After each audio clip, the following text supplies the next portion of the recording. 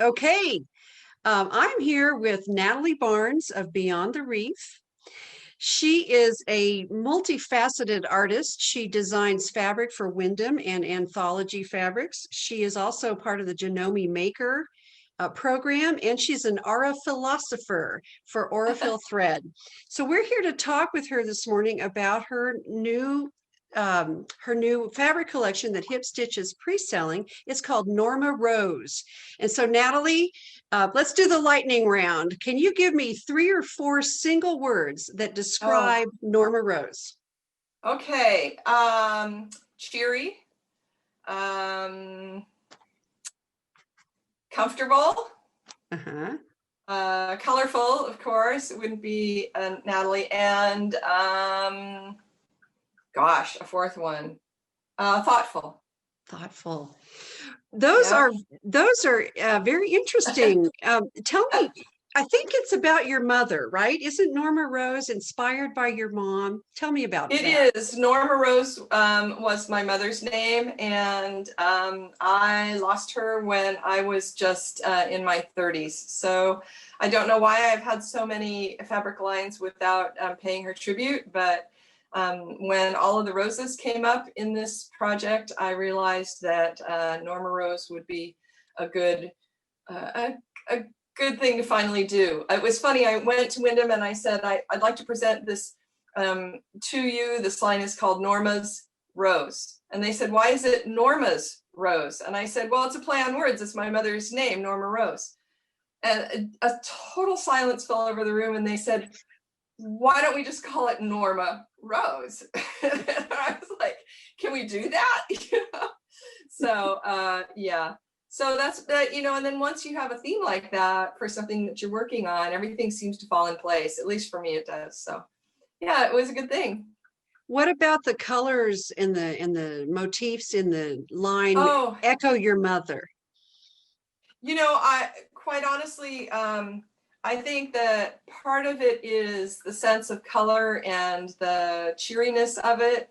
No matter what adversity she faced, she was always, she just had a grace about her, and she always saw the good in things, and no matter what. And she always wanted to be a breast cancer survivor. I mean, no matter how many years that she was going through treatment, she always wanted that, and that was typical of her. Everywhere that they lived, my dad built her, I guess you could call it building her, or planted her a rose garden. And so, as you can tell, the motifs in this are, this first one, Blossom, is full of all of these big giant roses. And then as you get into some of the others, as an example, because she had a rose garden, she was always putting roses in the kitchen. She always had a kitchen bouquet. And the background in this is actually one of the feature fabrics, which is all of her recipes. So you might see a fabric that looks like this.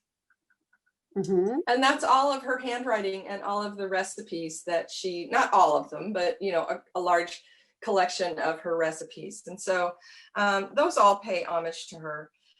She had another really interesting thing. She had the opportunity to travel to Japan, and she just loved it. So we added the ginkgo leaves. I mean, it was one of her just most favorite things that she ever did. And then the songbirds really harken back to two things. The first thing is whenever she was out working in the garden, she had the jays that would sort of try and play with her, I guess. Other people would call it dive bombing, but all the birds would come out when she would come out to the garden. And then the other story that I remember about her, which I'd love for everybody to know, is that every spring there was a songbird that would sit on top of their fireplace. And the fireplace, of course, all the sound would travel down through the chimney and fill their whole home with this beautiful song of this bird. And she loved that. Every year she would just wait for that. You'd find her just standing there really quietly by the fireplace in the spring, and you'd think, what are you doing? You can't make a fire. And she was just listening to the songbirds. So each one of these has a story like that associated with it. So I guess that's tribute to Norma Rose. Way to make me cry, Natalie. Those are amazing stories behind your Oh, prints. Do you have a favorite, or that's probably not fair of me to ask? yeah. Well, of course, the recipe card print I really like, because it's because it's her hand, and I feel like she's right there. She's really Mm. present, no matter how long she's been gone. Um, I also like just the geometry of this other print. I don't know if you can see that, which Oh, is yeah. trellis. Uh-huh. And I think anything linear like this that has these lines going both ways, I think they make great bindings.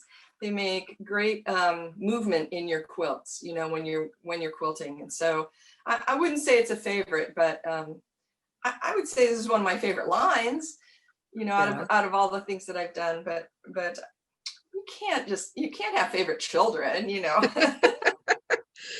Anyway. Do you dream of making something special out of this line? Um, I I have to tell you, I had for every line that I've done, I've had good girlfriends come forward and ask to make things for the line. And now this is where I'm going to get a little teary-eyed.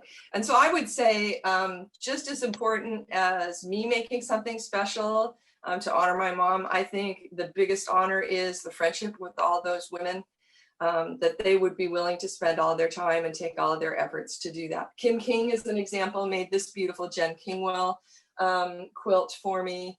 And I just know that that's sort of, I think that's the best tribute possible. We all have such good relationships that we've built over the years. You and I were talking about that before we went live, about how, you forge these really good connections through quilting.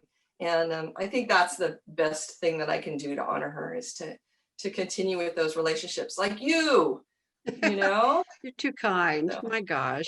yeah, truthful. Anyway.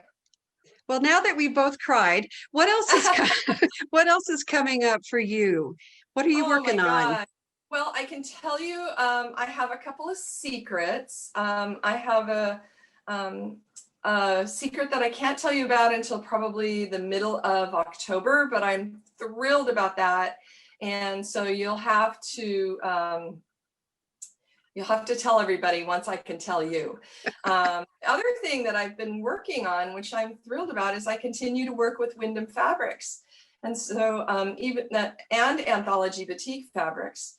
And so I'm working with their team. Maisha in Anthology Boutique Fabrics is such a delight to work with.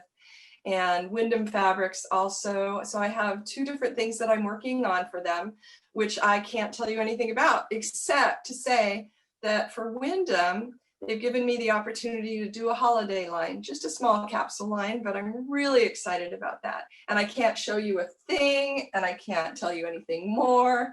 And that's what makes quilting so fun too, is just the anticipation, right? So Sure. I had some great opportunities that are just starting to come about because of Norma Rose. The Quilt Mania group out of France has put one of my quilts in their magazine, Quilt Modern, or Quilt Moderne, I guess you would say.